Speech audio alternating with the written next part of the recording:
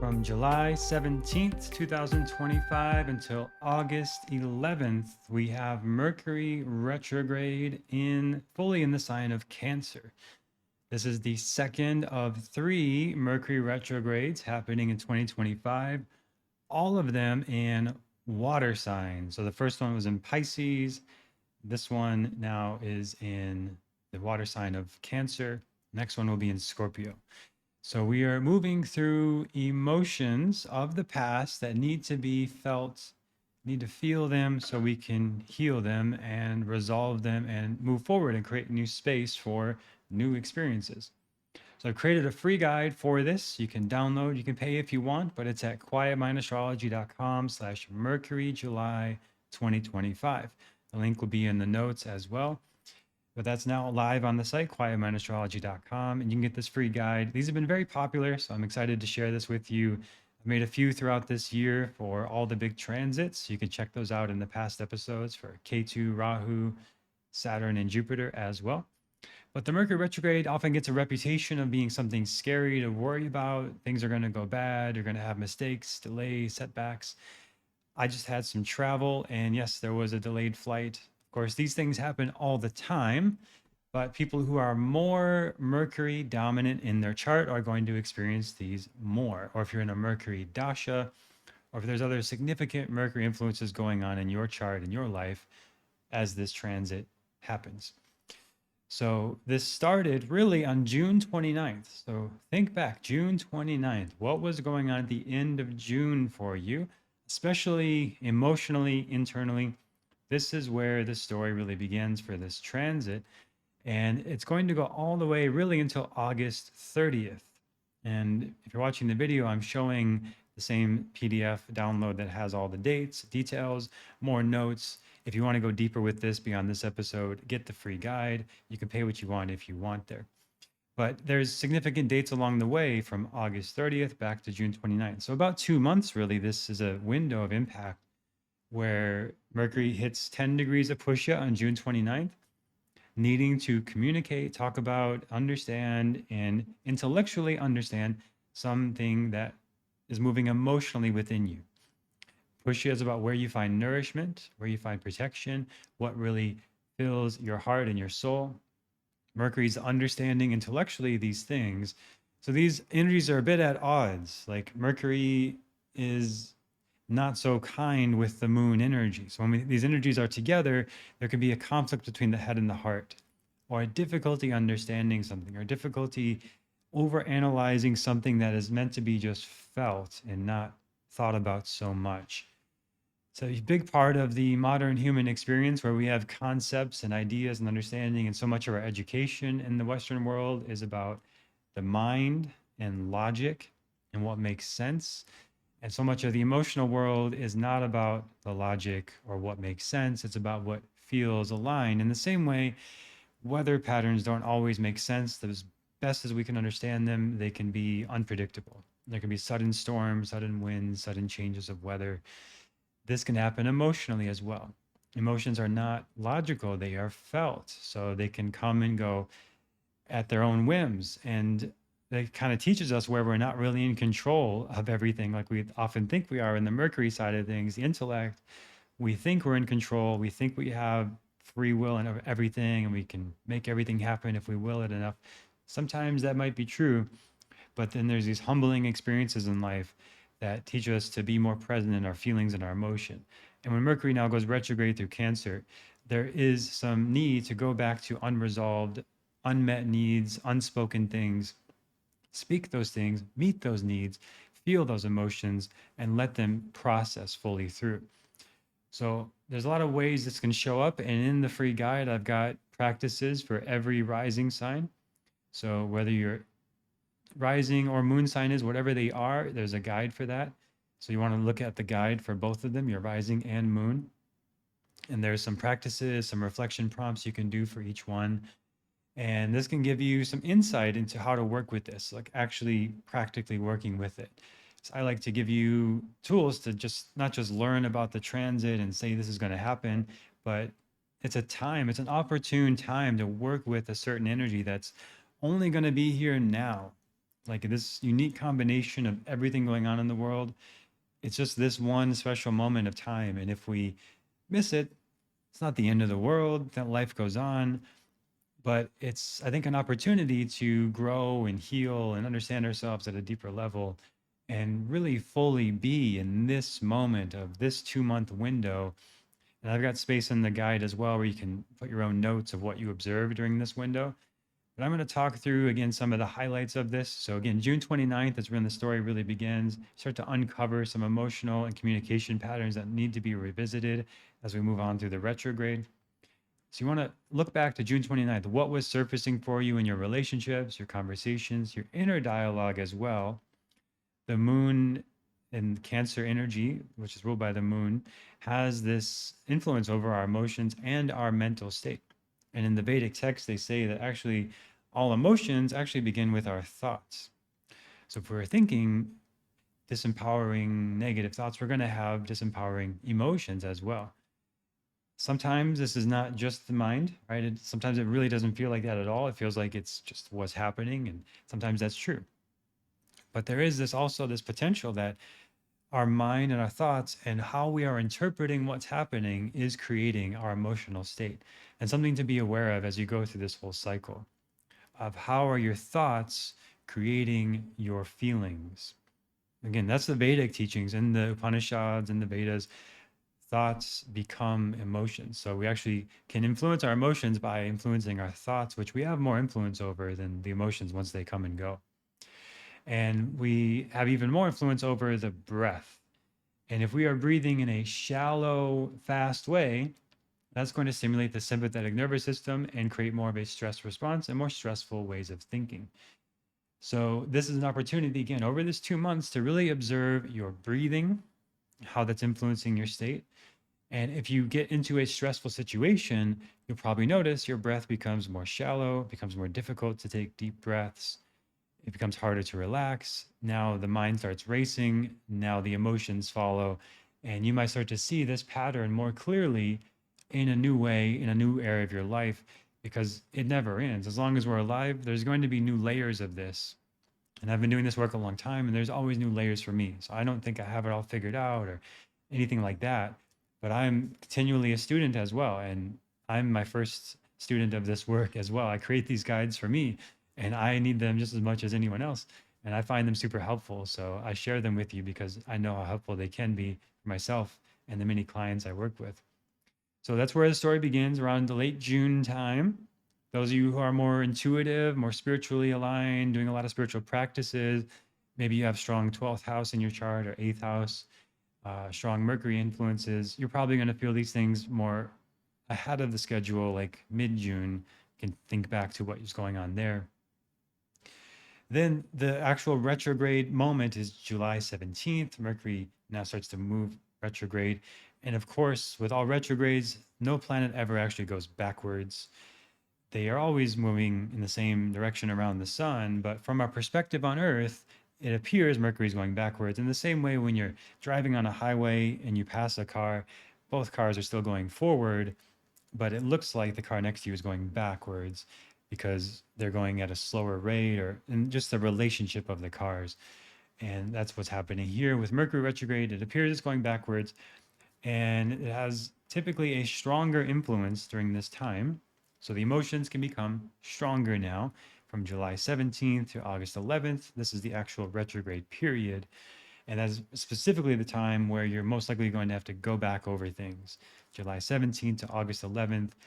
All the RE words are relevant, reverse, realign, review, rest, restorative yoga, review, reset. These kind of things are reorganize, realign. These kind of things are all helpful reminders for the retrograde to think RE. Any kind of RE word is probably going to be beneficial for you during this time. And new things, new contracts, new relationships, new jobs, new living situations are not the best if you're starting it right during this time. So between July 17th to August 11th, if you get some amazing new idea, I want to start this new business, I want to move here, I want to do this, wait a little bit. Just let it settle in. Oftentimes, it's difficult to perceive things clearly during the Mercury retrograde because the thinking of Mercury, the intellect, is being slowed down. In all retrogrades, it's a reminder and sign to slow down in the areas related to that topic. In this case, it's the intellectual experience of our emotional world with Mercury in Cancer. What brings us nourishment? Slow down there. If you're thinking of starting a new relationship, it'll still be there in 3 weeks if it's really meant to be. There's no rush, right? If you're thinking about signing a new contract for something, a new job, if you really need to, if you really need to sign a contract or start something during this time, at least sleep on it one night. At least give it some space to review, to rethink it, to reanalyze it, to get some new perspectives. If you're going to a doctor and they give you a diagnosis, get a second opinion. If you're going into some big decision that requires any sort of ink to paper or any sort of commitment and stake in the ground, give it a little time. And if it's really meant to be, it'll still be there in a couple days or a couple weeks. I've tested this many times. I speak from experience. So, if you're skeptical, please test it out yourself, see what happens, and just be the observer and try to prove it wrong. Like, just see what happens. I've tried this many times, like buying a new computer during the Mercury retrograde, knowing all these things I know, and just say, oh, let's see what happens. Like, I'm just going to be open minded. I would love this to go very smoothly, no problems. Let's just try for the best and test it out. And that particular time, the whole process was dragged out. Like, there was an issue with the hard drive. I lost a bunch of files that were very important, a bunch of songs I was writing at the time. I was very disappointed. It was very difficult. And the whole thing was finally resolved at the end of the retrograde. So it took about 3 weeks for that whole thing from what normally you go in, you trade in your computer, you transfer the files, you can be in and out in a day with a Mac. But this was, the whole thing was delayed 3 weeks. This kind of thing happens a lot during retrogrades. Buying new devices, not recommended. Any new technology, any new computers, phones, things like that, I do not recommend. But again, try it out for yourself, test it out, see what happens. From July 17th is when Mercury starts to turn inward in the deeply emotional and transformative nakshatra of Aslesha. So if you want a little more detail on what the influence is here, I have that also in this free guide, the key influences. You can read about them. Aslesha is a very transformational energy. So we talked a bit about Pushya, about Cancer, the nourishment side of things. Aslesha is like the deep, secretive, mysterious, trying to understand things, emotional intelligence. It's like psychology. If you ever watch a psychological thriller, that's very Aslesha energy. There's some sort of mystery or manipulation or understanding the deep psychology of things, getting under the surface. That's all Aslesha. When you go through deep transformations and you realize some big insight about yourself and you realize there was some pattern under the surface, that's Aslesha kind of energy. Now, as Mercury, the intellect, goes back through this, you might start to go back through things under the surface in your psyche that need to be uncovered. And there's so much growth there. It's like picking up a rock that's been sitting on the ground for years, and you find there's a whole world underneath that rock of life forms that was just building and building there, and you didn't see it on the surface. You had to lift the rock to look. So this is part of the opportunity of July 17th to August 11th to turn over the stones in your life that have life under them, to turn over the things that you've put in place. This could be literally like going through your house and moving furniture around, cleaning up the cobwebs. Maybe there's actual some cockroaches under there or something, some ants or whatever. Literally like cleaning out spaces, turning over rocks, literally in the garden, turning over rocks, pulling up weeds, going under the surface to uncover things. Now, if you're doing like psychological work, therapy, astrology, these kind of things all are about this as well. You get under the surface. Very powerful time. Great for slowing down communication and addressing things that haven't been said or fully processed. If there's something unspoken that you need to speak, this is the time to do it. Now, it can be a little intense with Aslesha, but do it in a loving, kind, compassionate way of understanding, seeking to understand. And I like the phrase of seek first to understand, then to be understood. So if you're coming into a conversation like righteous, angry, upset, resentful, needing someone to hear you, you likely will not be heard in that situation. So this is a opportunity to, maybe you have something you need to say, but you come into it with that person first wanting to understand their side. And when you give that understanding to someone else, they will give it back. But if you give sort of a pushing, needing to tell you off kind of energy to someone else, they will give that back. So this is an opportunity to be more curious, compassionate, understand someone else under the surface. It's great space for them to understand you under the surface. And if more people live like this, then we create a very reciprocal, generous, compassionate world. And if you're around people who don't live like this or don't value this, and you need to say something, maybe they're not the person to talk to. And this is a hard truth of life that I've learned many times the hard way, is that not everybody is so compassionate and open and wanting to get to the truth of things and wanting to connect or available for those things. And if you recognize that's the case with somebody, then it may be that as much as you need to express yourself, they're not the person that is available to receive it. So that's something to do with a friend, a therapist, a guide, journaling, meditation, something in a different form, but you can still express the energy because the energy is there inside of you and to be in motion. Emotion is energy and motion.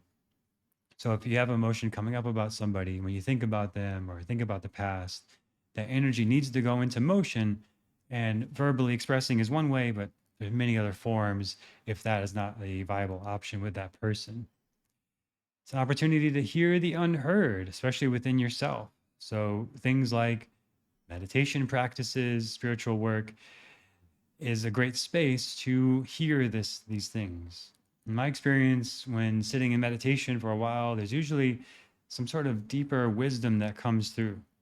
And there's a lot of words for this, but I think when we get into the observer perspective, we quiet the mind, which is what the Yoga Sutra teaches. Yoga is the quieting of the mind so that the true self can express and be heard, essentially. And we can see the true self and hear the true self. And we just need to create space for it. Easier said than done in modern times, but if you just set a 10-minute timer and just sit there and do nothing but notice your breath, start through the sort of cleaning of the mind, all the worries, thoughts, doubts, noise in the mind will be there. But eventually you get to that inner wisdom, and the thing that needs to be heard and spoken from your spirit to your mind, your intellect. So the spirit is more like Jupiter kind of energy, more the spiritual wisdom. Mercury is more the intellect, the understanding, the knowledge. This kind of conversation we're having now is more Mercury. But when you sit in meditation and when you do meditation practices, like with me on Quietmind Yoga, I've got lots of them there for you. Those are more Jupiter. You're listening to the guide within. My hope is to just guide you back to your guide. So I'm creating a mirror for that for you. And then you can come back to your center. So if you're looking for practices like this, check out quietmind.yoga. Lots of free practices there for you. You can do a trial membership as well. Lots of meditations, especially including meditations for Mercury to work with this transit. So you might notice some old emotional stories coming up, ready to be understood and healed from July 17th to August 11th. Now, within this whole window, the next big movement is on July 29th, when Mercury gets back to Pushya, going retrograde, out of Auslasia, back to Pushya, back to that sign of nourishment, reconnecting to what truly supports and feeds you emotionally, mentally, relationally, literally. How you feed yourself is up for review right now, especially June 29th to July 17th, and then July 29th until August 21st. So that's about a month there of Mercury going through Pushya, back in and forward. Listen to your belly. Like if you're getting feedback from your stomach of bloating, gas, stomach noises, any sort of feedback in the diet, in the digestion, this is a really good time to pay attention to that. These can be early signs of diseases. These can be signs of something you're eating is not really sort of resonant with your system, what's needed for you. If you're noticing some imbalances, like in the doshas, like if you're really anxious, that's too much vata. You eat a bunch of vata foods like salads and crackers and dry and cold foods, you're going to have more vata energy and then create more imbalance. So if you catch that happening, this is a really good time to recalibrate. And if you're to Vata, you get more kapha stuff, oils, warm soups, uh, grounded root vegetables, sweet potatoes. As a Vata type myself, I've come a long way in my Vata journey, and I love sweet potatoes. If I could just eat one food, been asked this question before, it would be sweet potatoes. If you could just eat one food, what would it be? Uh, so before that, I would say smoothies, which is more Vata, blended up, ice cold things. That's very Vata. So that was not so good for my system, and I had a lot of digestive issues and anxiety and Vata imbalances. I had a lot of dandruff. So these are all Vata issues. And that was when I was eating a high Vata diet and a high Vata lifestyle living in Minnesota, where it's very cold. So if you catch yourself imbalanced, this is a really good time to get back into balance. And again, I've got lots of resources on Ayurveda in the Quietmind Yoga membership. You can check that out. But specifically, if you want to focus on Mercury retrograde in this guide, again, get the free guide. It's going to help you through this time as well. So, what feeds you emotionally, mentally, relationally, physically, literal food? But if there's a relationship that is not nourishing you, then maybe it's the time to focus on the ones that do nourish you. Your relationship with people, friends, family, technology, your habits, your sleep, your lifestyle, is it nourishing you? It's a really good time to check in with that and realign and find what really nourishes you. Maybe you really love to take a hot shower or a bath or walk in nature, but you haven't been doing those things in a while. This is the time to go back to those things. And if there's like, mentally, if you're just learning stuff because you feel like you should be learning, or this sort of pressure on yourself, and that's not actually nourishing you, and it feels like your body gets more tense, you don't feel good, like that's not nourishment. So and maybe it's time to reassess. And the media you consume, the books you read, the content you consume, like, is this really nourishing you? It's an important benchmark or time to check in. It's an important checkpoint for you in the year here.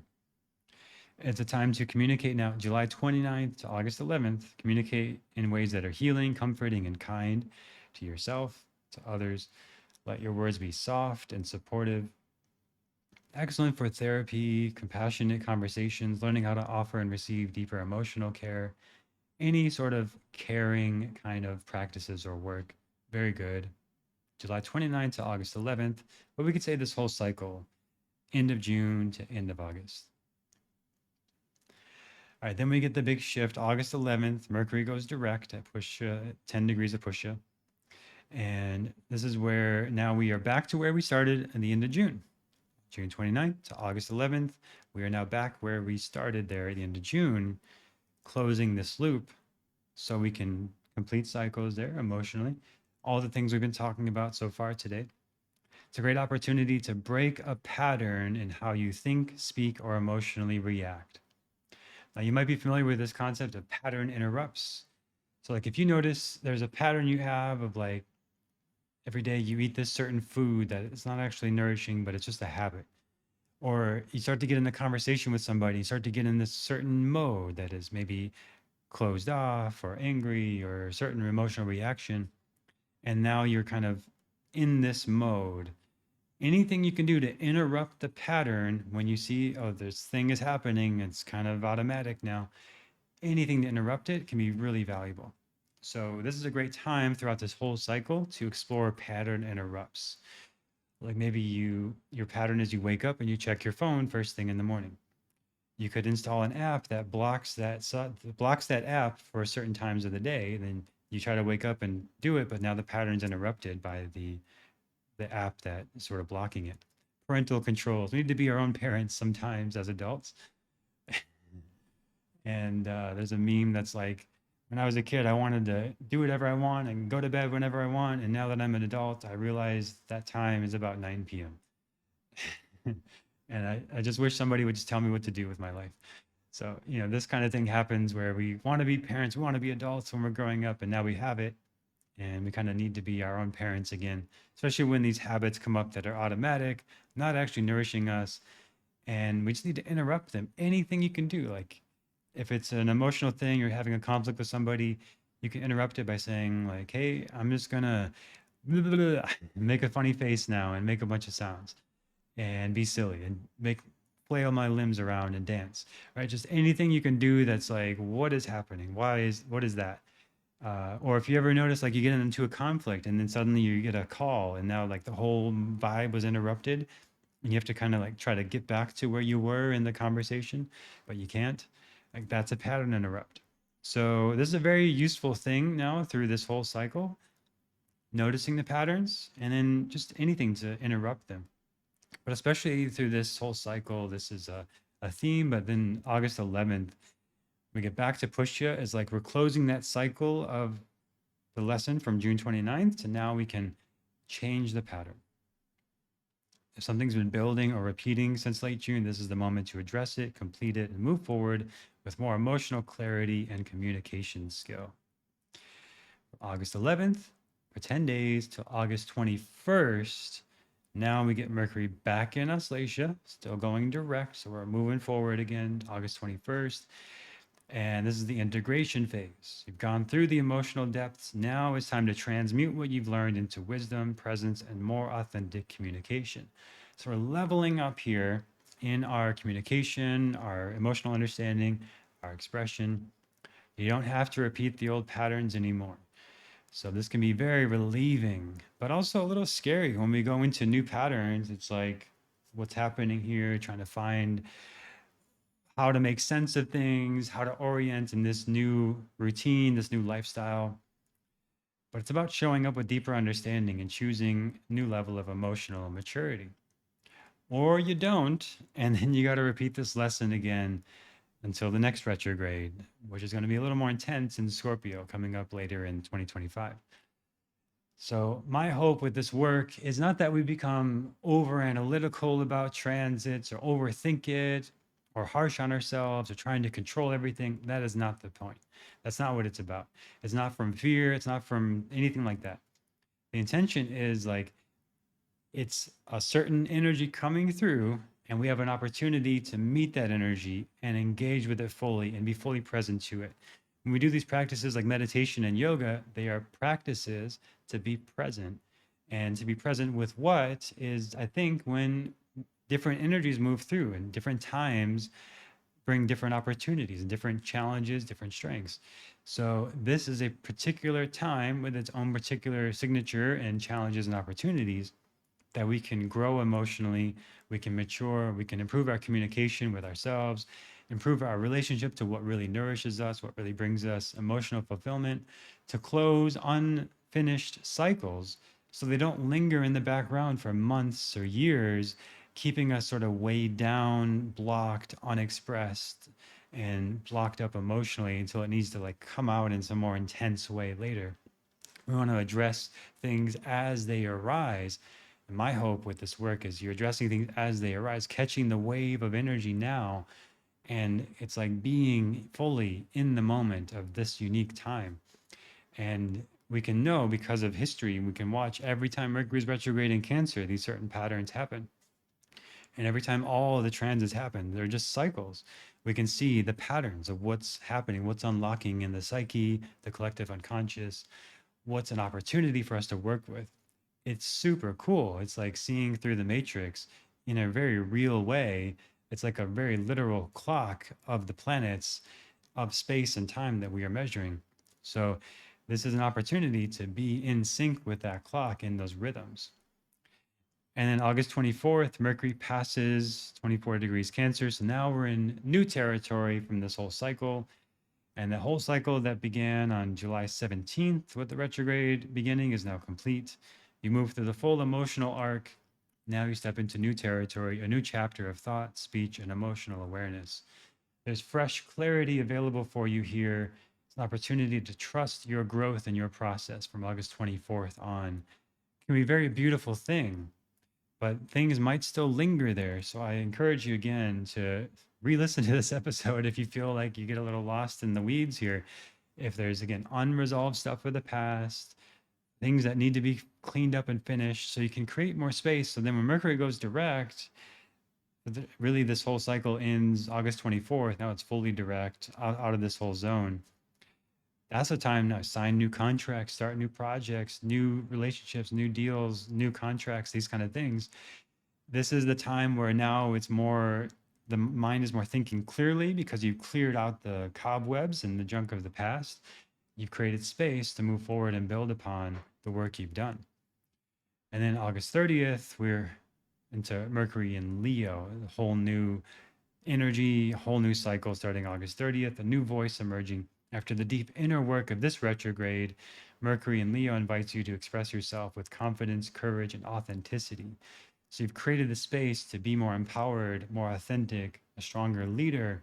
And this is the time to speak from your center, not from your ego, but from your true self authority, because you've built that relationship in this time. Very transformational. Like Mercury is moving through all the transformational Gandanta nakshatras this year, and especially the retrogrades that are through these transformational energies like Auslasia. So mentally, this is a very transformational year. Whole new way of thinking and seeing the world is unfolding for you if you are open to it, if you are working with the energies. If you work against them or don't work with them, life goes on. Maybe nothing big happens, maybe something big does happen, but it's not the end of the world. But again, it's like catching the wave, catching the energy, being fully present to this special, unique moment to be alive, to get to experience these energies and work with them. Now, from August 30th, you can let your communication be more bold, more clear, and guided by all that you've learned in this cycle. So you're stepping into a stronger sense of expression, self, confidence, authority. Very powerful stuff starting August 30th. So that's our overview of the transits. And you can, again, take your own notes and observations on the free download. And you can learn more about it all there, as well as a lot more details. And that's at quietmindastrology.com/Mercury July 2025, all lowercase. And if you want to go deeper with me into understanding not just Mercury, not just Cancer, not just Pushya and Auslasia, but all of the nakshatras, planets, signs, and houses, how they affect you specifically, that is what we do inside of the Vedic Astrology Mentorship, which is opening in August, quietmindastrology.com/mentorship. And this is my most in-depth, comprehensive training where I give you everything I have about everything I've learned in astrology in over 18 plus years of doing this, and all the resources I've created and all the guides, because I found it very hard to learn myself, and I had to find a way to make it easier to learn. And I find the people who work with me within 3 months are able to give incredibly accurate readings on the spot to a complete stranger, which is like, man, I wish I had that training because it took me a lot longer. And I had amazing teachers, but I just didn't have the whole map to put it all together and get right to the most essential pieces. And as a Virgo rising, I love that kind of stuff. So I love helping you do that. So if you feel called to learn more about astrology, to better understand yourself and better understand others, this is so freaking cool. This stuff is amazing. And it blows my mind when I see my students go and do a reading for a stranger after just a few months of training with me. And this person's like, this is the most accurate reading I've ever had. Like, it's so powerful. Thank you so much. Really amazing feedback for the people who go through this training. So if you want this skill to be able to give readings, a lot of people do it for that. About half do it to actually be astrologers, half do it just for their own personal growth. And you'll learn how to read everything in the chart. So when you look at a chart like I'm showing on the screen with the current transits, you can know exactly what's going on here and you can interpret it. So you can see, okay, the sun is with Mercury during this transit. How does that impact it? And when Mercury goes combust with the sun, how does that impact it? So there's even more details than I didn't go into today because there's just so many layers to this. But as an astrologer, you see those layers and you know how to work with them in yourself and then with others. It's super empowering. I think it's like getting a whole GPS to your life to understand yourself and the timeline, the dashas, the transits for yourself. I love sharing it. So if you want to learn it and you want to go deeper in your astrology studies, I'd love to work with you. quietmindastrology.com/mentorship. More details coming out on that soon. We'll be starting in August, and I'll have a special event for that as well if you want to learn more. But stay tuned for that. If you enjoyed this episode, please leave a review, share it with a friend, and look forward to sharing more with you next time on the Quiet Mind Astrology podcast.